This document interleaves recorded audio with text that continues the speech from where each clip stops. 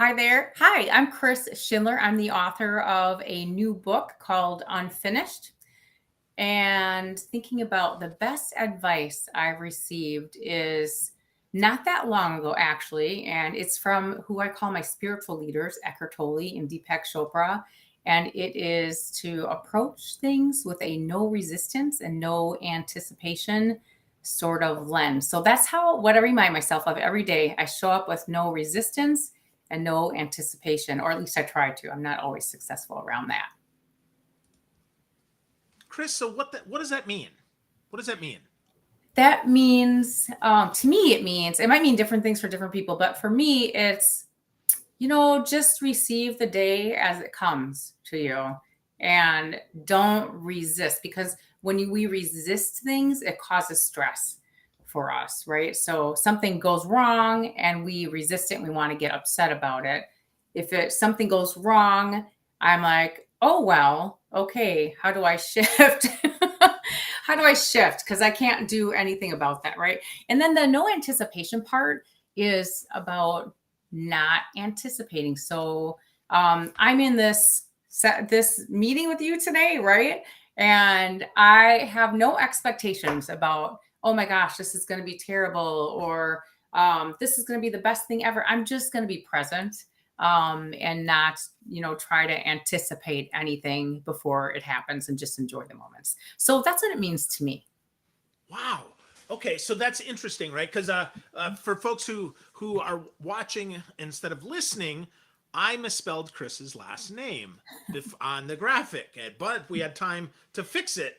But Chris let me know, and she said to me before we even started, 20 years ago I might not have said that. So what shifted for you to give you, I guess, permission? Maybe that's too strong of a word, but Yeah. the opportunity to correct that. That's a really good question, Phil, because I think it's just knowing that it's okay. Like, your intention was not to spell my name wrong, right? And so it's nothing to like be upset about. So it's just what happened. I noticed it. And I also know that you're okay to receive that feedback in the moment. So it's a shift in how I show up, I think, in my life, with just knowing more about myself and what's okay about me, if that makes sense. Mm-hmm. That's Yeah. cool. Yeah. That's cool. Well, 20 years ago is when we first connected, We which did. is interesting, right? We're Yeah. sitting, I remember your extension 1962. You're Oh my upstairs God. for me, the 27th floor, Yeah. long ago at the US Bank building there in the middle office on there. And Yeah. I remember, right, we had lots of chats both in your office as well as by my desk there. Yep. And so you were our leadership development manager, and that's what you were doing, right? You were talking about that. So tell me about the shift from that Chris to Chris today. How did that take place? I love the question. You're making me think deeply. And I was thinking about this the other day as I'm preparing for my virtual launch celebration tomorrow for my book being published. I was thinking about, why am I doing what I'm doing today? Right. And so in the past, I did a lot and this isn't a bad thing, right? Like, I showed up at work and it was a lot about doing for others at work. And it was about improving myself, say, for the betterment, like my credentials and my whatever. So I could do my job the best. Right. And then I made this shift at some point in time, not very long ago, around how do I be the best me for me, not for others. And so I had that shift. And now I have this shift, and I was like, well, why did I write this book? I'm going to have to explain that. I've had this shift around how can being the best me help others. So I think I've had this like evolution in my life around how I've spent time on myself and who I've done that for. And so I don't know if that answers the question exactly, but it kind of explains my shift and why I might be more comfortable today saying, hey, you spelled my name wrong there. So I don't know if that makes sense, but that's kind of Yeah, what I've been thinking about lately. Like, why am I doing all this, and what kind of evolution have I gone through? Yeah. That's cool. So was there an event that caused you to want to change? Was there something that said, you know what, this me is no longer serving me, serving the greater good. I need to become or embrace somebody else? There's been lots of events in my life that have sort of shifted in the way I think about things. And that I could talk about, and I talk about some of that in my book, but that would be a lot of conversation. But in particular, over the last handful of years, I have been in corporate America I've been in corporate America forever. And so in the handful of the last several years, I have found that I just feel more and more depleted in those environments. Feel like, I don't fit into, I never really felt like I fit into these environments, to be completely honest with you. But I've adapted because of, whatever, stability and wanting to, do the right things for your family and wanting to grow and develop in my career and things like that.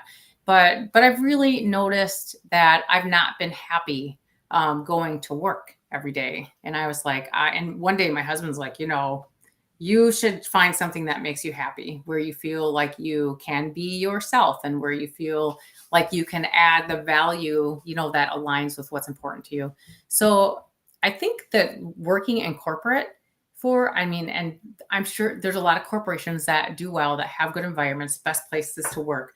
But overall, corporations aren't really good yet at helping people be who they are authentically. And that's why you have all of this, diversity, equity, and inclusion sort of work going on. So I decided that I needed something different where I could show up every day and really enjoy going to work. So I did make a shift, but there was just a noticeable kind of, maybe 5 or 6 years ago, where I was like, I really got to do something different. And so, but I didn't actually do something really different until maybe a year ago or so, where now I'm working for this consulting organization, really enjoying myself. And that's kind of where the book came in too, because as I was going through that self-realization, I was like, other people have got to be experiencing this stuff. And so maybe I can be helpful in that arena. Awesome. Again, maybe that's too much, didn't quite answer the question, but that's kind of what's rolling in my mind. That's great. Yeah. That's awesome. So that's cool. So let's talk about the book. It's called Unfinished, right? Mm-hmm. So what does unfinished mean, Chris? Yeah, that's interesting. There was just a book. Someone wrote a review, I'm so grateful for that. And they were talking about how they thought they were in their life. It never occurred to them that they weren't done in their life. So, and this person's about where I am, my age. And I thought, that's what I want people to know, right? Like, you've achieved all these things, maybe or maybe not, but it doesn't matter, because it does matter, right? Like, we base our accomplishments on what we achieve a lot of times, but there's more to do. So for example, I'm not that far away from retiring, maybe 10 years at max, right? And what does that mean? Like, that doesn't mean I'm like done. I still have more to do, right? So we don't have to define ourselves by a job or a title or the house we have or the car we drive or we got that lake home or, whatever that is, like, because there's more possibilities that you haven't even imagined, because you have sort of boxed yourself in these expectations that you're supposed to achieve in life. And then because of that, you're not, there's more, you know what I mean? Like, there's just more. You're kind of narrowing what your expectations are of what's possible. So to me, that's kind of a long explanation of the concept of unfinished, and just helping people recognize that, man, Phil, you're not done. You're not done, I think. But, you're not done. There's more. You're not done till, you're not on this earth anymore. So what are you going to do about that? That's a good thing to remind ourselves of, though. And you talk Mhm. about embracing unfinished. You've got 4 parts in your book. The first part is all that embracing that. So Yeah. how do we embrace it when it's so uncertain, though? I mean, one of the sections you talk about is achieving clarity during times of uncertainty. So Mhm. how do we embrace that when it is so uncertain? I think, I mean, again, I love your questions. But you know what? I always think in organizations that I've worked for, there's a lot of change. It doesn't change. And in personal lives, people have changed too. But most of my experience is around working in organizations and having change. And change freaks people out. And so, when I think about clarity within ambiguity, when we are in the change process, we feel like things are not clear. We don't always know where we're going. We don't always know, is my job going to still fit in this change? Do I have a job? So we think about all of these things. And the clarity piece is really kind of taking a look at the present and what you have control over and honing in on that. Phil, can you see me still? Oh. Your screen is froze. Oh, okay. I don't know what happened. It went black. It's okay. Um, Keep going. You're good. We're back. okay, you can see me still. Well, that's what matters. Okay, good. So, the clarity piece is really honing in on what we know, what we can control, and then we just feel better instead of thinking about all of the things that are going to happen that we have no control over. So to me, that's what clarity in ambiguity means. When things don't seem clear, we have to really focus on what is clear to us and operate with that in mind every day. Yeah. Does that make Very sense? Sure does. Yeah, focusing on what we can control and what is clear is a great way forward. Because Yeah. not your point, not everything is clear. Not every there is a lot of murkiness. So if we can anchor onto something, we can stand strong in that. Yeah, exactly. And oftentimes it's just the small things in our days.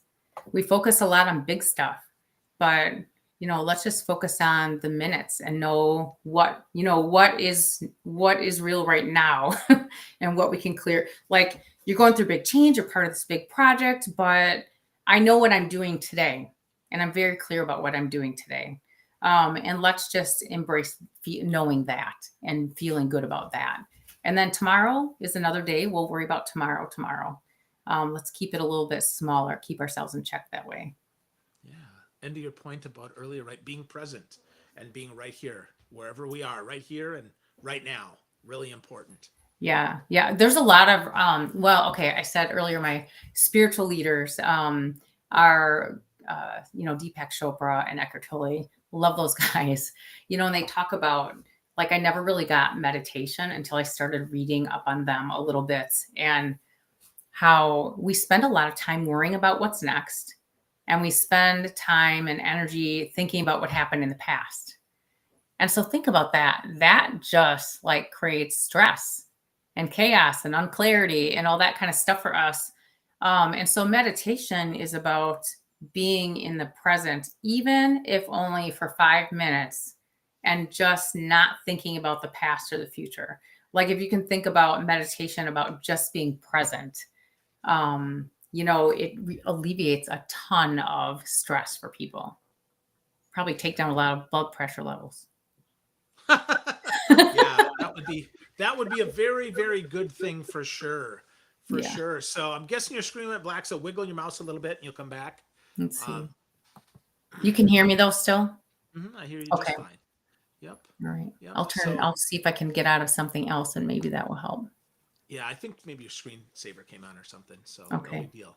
So let's talk about the second part of unfinished, which I think is probably the part that resonates the most with me, and that is getting out of our own way, which is super easy to talk about and often Mhm. super hard to do. So you talk about three parts: moments that matter the most, orange barrels and single lanes, and bigger than you think. Let's talk about those orange barrels and single lanes. I guess coming from Wisconsin, I would say that feels like home to me, Chris. That's funny. And I feel bad that my face is stuck. I hope everybody's not seeing my face stuck the way it looks right now, but I don't know how to get this going. Yeah, that's better. Thank you.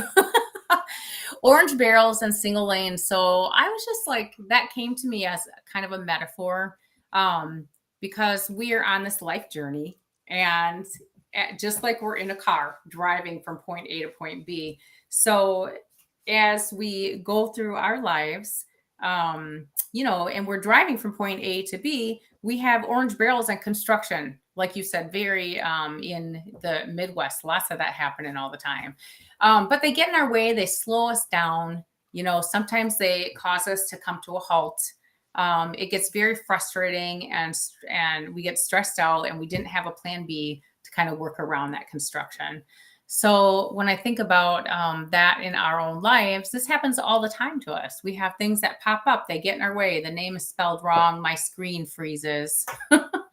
um, and it might get in the way of doing a perfect job on what we're trying to accomplish today.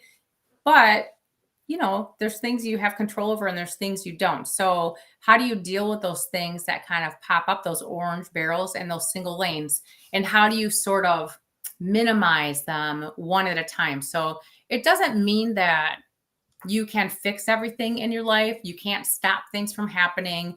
But to me, the orange barrels are a lot about how we show up in our lives, or when things do come up. So how do we react to those things that we can't control, and how do we hone in on what we can control? So if it doesn't mean we can avoid them, but we can minimize them by just not making our life about those things. Does that make sense? Yeah, yeah, absolutely, absolutely. Accepting what is and Yeah. accepting what is not, and yeah, just minimizing the obstacles and understanding that the journey is what's the important piece, right?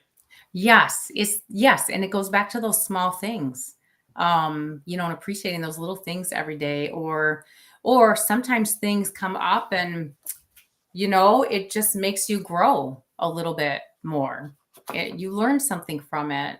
Um, it helps you make better decisions in the future, or whatever the case is. But if we become very dramatic about those things as they come up all the time, it doesn't help us move forward. We get stuck. Yeah. Yeah, and stuck is no place to be. That's for sure. We need motion to not decay and not get mossy and not get not stay where we are, because we're not meant to stay where we are. We're, to steal your book title, right? We're all unfinished. Is that right? Yeah, exactly right. You got it. Yeah. Beautiful, beautiful. So two more parts to just dive a little bit into here, Yep. as we get closer here to unearthing all the goodness in the book, and that is part 3, being unearthing your superpowers. So what is the superpower principle, Chris, and how can we embrace that to embrace our unfinishedness? Yeah. So I know we kind of use that term. Whoa. Okay. I love Marvel. And, there's a lot of Me superpowers that too. happen in Marvel. You too? Are you a Marvel fan too? Oh yeah. Yeah. I love Marvel. So as I was writing the book, I was like, I'm going to do a little research on what super and what power means. And so I looked up those words, and the bottom line is your superpowers are like a magnification of your natural self. So whoever you are naturally and authentically, when you're allowed to be that person, or you allow yourself to be that person, you shine. You're supercharged, um, because you have that authenticity behind you. And when you can be yourself and shine as your authentic self with a capital S, more opportunities will come your way. You will be happier. You won't feel like you're trying to fit in everywhere. Um, Things just kind of come together. And then that also has a ripple effect on those around you. So I think individuals being able to shine as their authentic selves unleashes their natural superpowers and can really position them and others for fulfillment. Success is kind of a word, like everybody defines that individually, but I think feeling fulfilled in life is really important. And like you have a purpose, and knowing who you are and living with who you are is very related to what your purpose is in life. So how do we find that though, Chris? How do we find that? I mean, authenticity is a word that Mm. many bandy about, but few actually can define it. So how do you define authentic, and how do we get there? I think you have to build your awareness muscle. uh, I think going inside, and there are some activities in the book where I help people sort of do that. Like there's a couple of different ways that we can do that. First of all, is just having some exercise, doing some exercise around, what are my values? What is important to me? We don't take a lot of time always to sit down and think about that stuff. And then once we figure those things out, we say, okay, so what are the decisions that I need to make that will help me um, align with what's important to me and what my values are. So I'll give you an example of that. And this is something my husband and I did when we decided. My daughter's 20, almost 23. She'll be 23 next month. But when we decided to have a child, and we just have one, we sat down together and we thought, well, what kind of parents do we want to be? And we thought, we were both working retail at the time. Well, he was really working retail. I think I had been into the corporate world at that time. But we decided we wanted to be parents at the same time at home with our kids. So that was important to us. So that was a value of ours. That was something that was important for us. And then he actually changed jobs so that we could both be daytime working people and be at home evenings with our child. So that's just an example of that. So what's important to you, and then what decisions do you make that allow you to show up in a way that's important to you? So that's kind of what I think about, being your authentic self. The other thing is sometimes we don't even know what our strengths are. We don't know our strengths. We don't know our talents. And I've talked to people like that. And being in the corporate world and the training environments, if you ask people to talk about their strengths versus talking about their weaknesses, what do you think people hone in on more? It's Definitely they're negative, right? Yeah, always. Yeah, definitely they're negative. So people don't naturally um, think about what their talents and strengths are. So one of the things I talk about in the book is, think about the people around you every day and listen to the words they say to you. Like somebody might say, "Oh my gosh, you're so good at that thing," whatever it might be. And you didn't even think about that, right? Like you're like, "I am." So one tactic I say is listen to what people tell you and believe them. When I was young in my 20s, I think I had a bachelor's and master's in fine arts, and drawing was my major, which you don't see anymore. And I was like, I've just had a bunch of part-time jobs, and I've done artwork. Like, who's gonna hire me? And my sister at the time said, well, why wouldn't they hire you? You've done so many things. You're versatile, and that's really important to companies. And I chose to believe her. And I was like, huh, I am versatile. That's really great. That helped me believe something about myself, my authentic self that I did not know before. So there's a lot of try this sort of activities um in the book just to help people think through how they can get in touch with who they are and what their talents are. Yeah, that's one of the things that I love most about the book, Chris, is that it's not just stories, though your stories are wonderful, but Mm. also it has activities so we can actually do some of the work for ourselves. It makes it super powerful. So good work on that. Oh, thank you for that. Yeah, absolutely. Absolutely. So The last part of the book is the one probably that I thought when I thought about it, right, the getting out of my own way, that was important, but really the being messy, being you, and giving up on perfect really resonated with me because I like to think I'm a almost recovered perfectionist. So I'm an Almost recovered. imperfect. I love it. That's right. Yep, that's Yeah. right. Almost recovered perfectionist. So with that, let's talk a little bit about that, right? So what does it mean to be messy and be you and to be unfinished? Oh my gosh. I think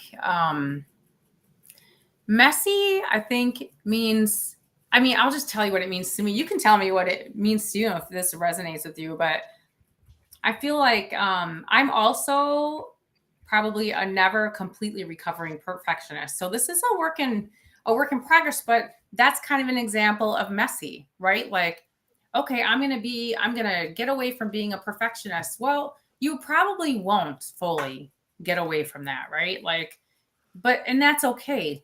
I'm going to start exercising and, and then you do it for a month and then you stop, right? Like, that's okay. Maybe it wasn't the right exercising program for you. Maybe you didn't have the right motivation. Like, that's kind of what I mean about the messiness, right? Like, there's not a one size fits all for anybody or anything. And something that I love, and I share this in the book too, is I'm a strength certified coach for Gallup Strengths, and I love strengths. And you get, if you take the assessment, you have your top 5 report or top 10 or top, all of them, whatever you want, whatever version you want of it. But I like the top 5 because it tells you, your top 5 talents, which are the things that you do and how you show up naturally every single day.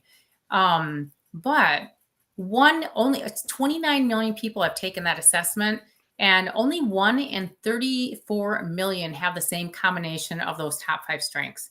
So I think about that, Phil, like that's very messy. It's no wonder people don't feel like they fit in. We are very unique from each other.